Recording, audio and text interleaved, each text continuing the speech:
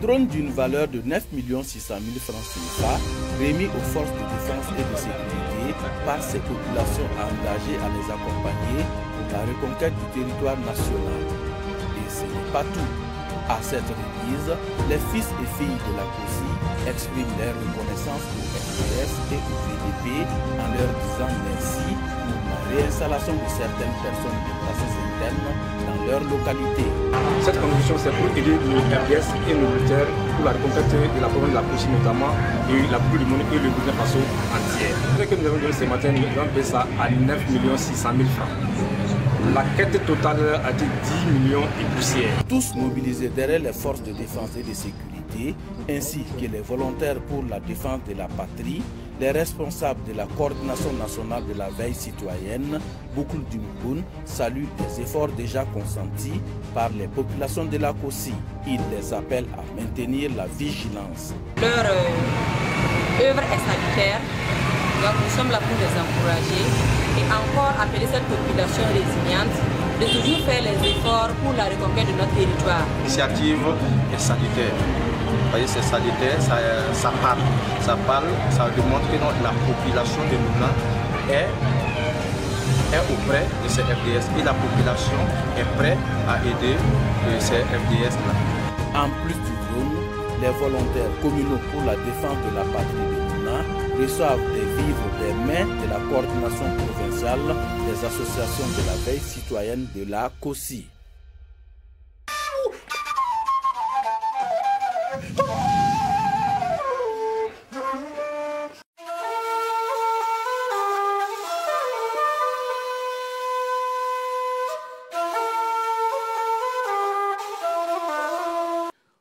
Voulu par le ministre de la Réconciliation, de la Paix et de la Cohésion nationale, la rencontre de cohésion entre les communautés de la région de Todeni se veut un cadre d'échange pour évoquer tous les maux qui freinent le développement de la région de Todeni. Placée sous la présidence du ministre de la Réconciliation, cette rencontre a enregistré la présence de toutes les sensibilités de la région autour du sujet « Comment restaurer la cohésion entre les fils et les filles de la région ».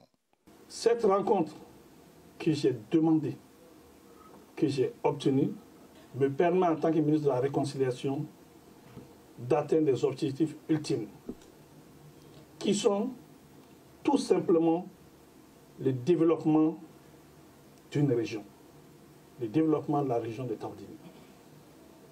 Il y a l'aspect sécuritaire, il y a l'aspect des populations, il y a l'aspect des déplacés, il y a l'aspect des services sociaux de base, il y a l'aspect de l'administration du territoire, il y a beaucoup de choses.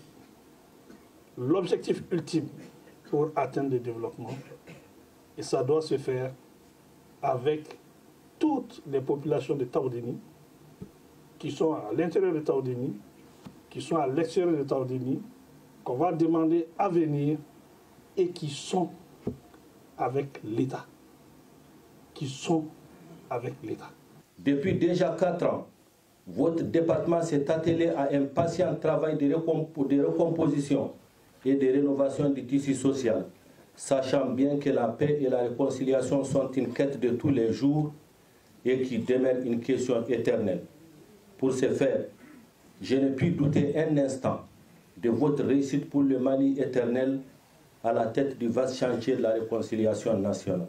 Le gouverneur de la région rassure de sa détermination à faire de cette opportunité un véritable déclic vers une paix durable au profit de toutes les communautés. En tout état de cause, je voudrais vous rassurer de ma disponibilité entière à accompagner toutes les initiatives s'inscrivant dans la promotion du vivre ensemble et de la réconciliation entre toutes les communautés, gage de stabilisation et de développement de la région. Je ne saurais terminer sans remercier les plus hautes autorités de notre pays pour leur soutien constant et leur marque d'attention en faveur des populations de Tawdini. Pour la réussite d'un tel cadre, le ministre Ouagué a insisté sur la sincérité et l'inclusion dans les échanges. Je veux que ce soit des discussions sincères, des discussions honnêtes, des discussions constructives, dans la complémentarité, dans le respect, dans la reconnaissance de l'État, pour qu'on puisse envisager les questions de développement. Le ministère de la Réconciliation a en charge la question du retour des communautés. Voilà pourquoi je compte beaucoup sur les responsables ici présents pour aider à faire retourner leur communauté. Ces échanges qui dureront 3 jours permettront de dresser des recommandations pour solutionner les blocages qui entravent le développement et la cohésion sociale entre les communautés de la région.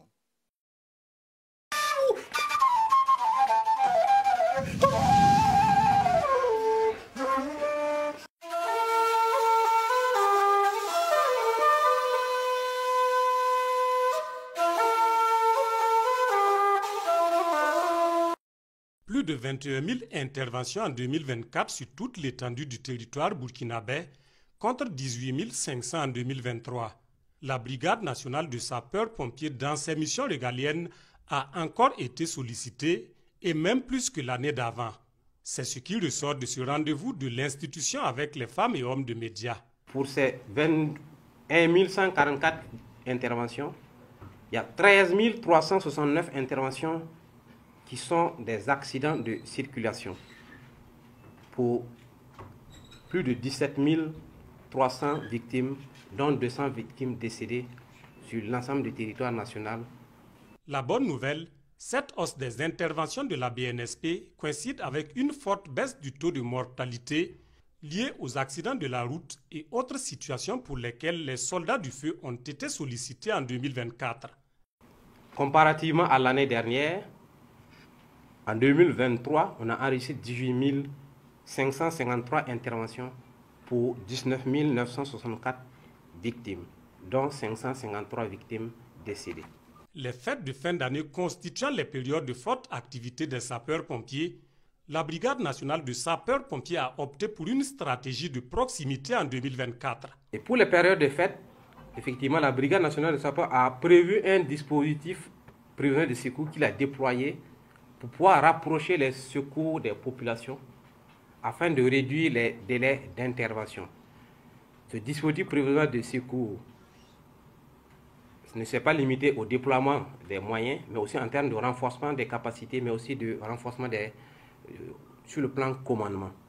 Des dispositions qui permettent à la BNSP de répondre avec promptitude à 167 sollicitations les 24 et 25 décembre et 196 autres pour le 31 décembre 2024 et 1er janvier 2025.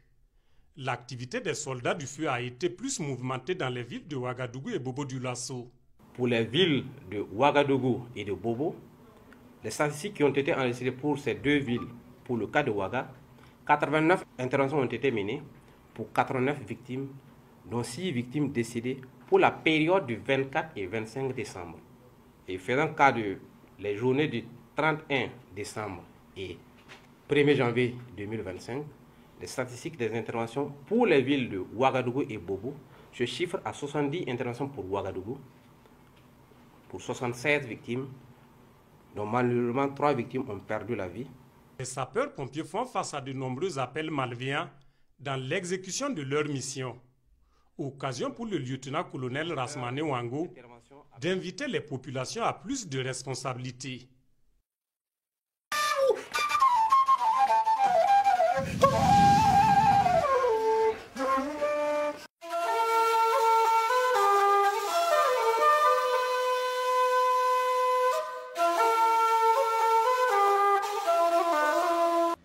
Le Burkina Faso franchit une nouvelle étape dans le développement de son secteur minier avec l'installation de EMMG, African Metallurgical and Mining Group, situé à Samanguina, à 2 km dedans, dans la commune de Karangasso-Vigué. Sur les lieux, une délégation conduite par Liu Bao, conseiller spécial du chef de l'État chargé des investissements et de la mobilisation des ressources est là, pour s'assurer de la bonne conduite des travaux. Dans la délégation figurent également les premiers responsables de la société. Le groupe dispose de permis d'exploration pour 3 zones minières couvrant une superficie totale de 345 km² avec des ressources potentielles très élevées. Le groupe a obtenu un permis d'exploitation minière. Et une fois que la production aura atteint son plein régime, Elle générera des revenus considérables pour le Burkina Faso, améliorera les conditions de vie de la population et créera plus de 10 000 emplois pour la population locale. Nous espérons que le premier lingot atterrira d'ici le 15 du mois de janvier. Avant l'installation de la société, toutes les démarches nécessaires prenant en compte les doléances de la population locale ont fait l'objet de consensus. Vraiment, nous sommes très contents. Quand nous sommes arrivés ici, le chef de canton lui-même nous a accueillis. Même aujourd'hui, ses représentants sont là, le chef de terre est là, le préfet est là. C'est eux tous, avec leur appui, qui fait qu'aujourd'hui, le projet a eu jour. Pour les autorités administratives et coutumières présentes sur les sites, c'est une opportunité pour leur localité et même pour l'ensemble du pays de tirer profit de cet investissement. Nous sommes très contents. Nous souhaitons qu'il y ait beaucoup d'or. Si quelqu'un arrive pour travailler dans la localité, nous avons le devoir de prier pour que son activité prospère, et cela pour l'intérêt du village et du pays. Cette mine va vraiment permettre donc à la commune d'avoir en tout cas des recettes au niveau même du budget communal et aussi permettre donc en tout cas de recruter la main d'œuvre au niveau donc local. La mine s'étale sur une superficie de 1800 hectares avec un coût d'investissement de plus de 13 milliards de francs CFA à ce stade. En rappel, la société EMMG a officiellement lancé ses activités d'exploration minière dans le village de Dan le 15 juin 2024.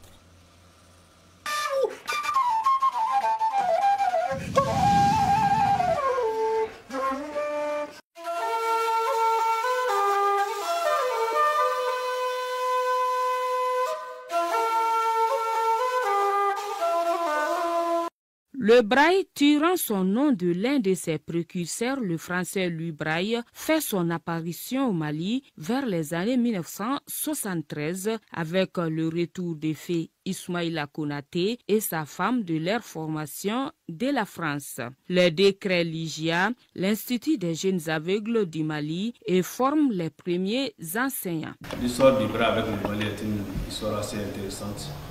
Elle a commencé en octobre 1973, après que M. Ismaïla Konaté, paix à son âme, aille en formation en France.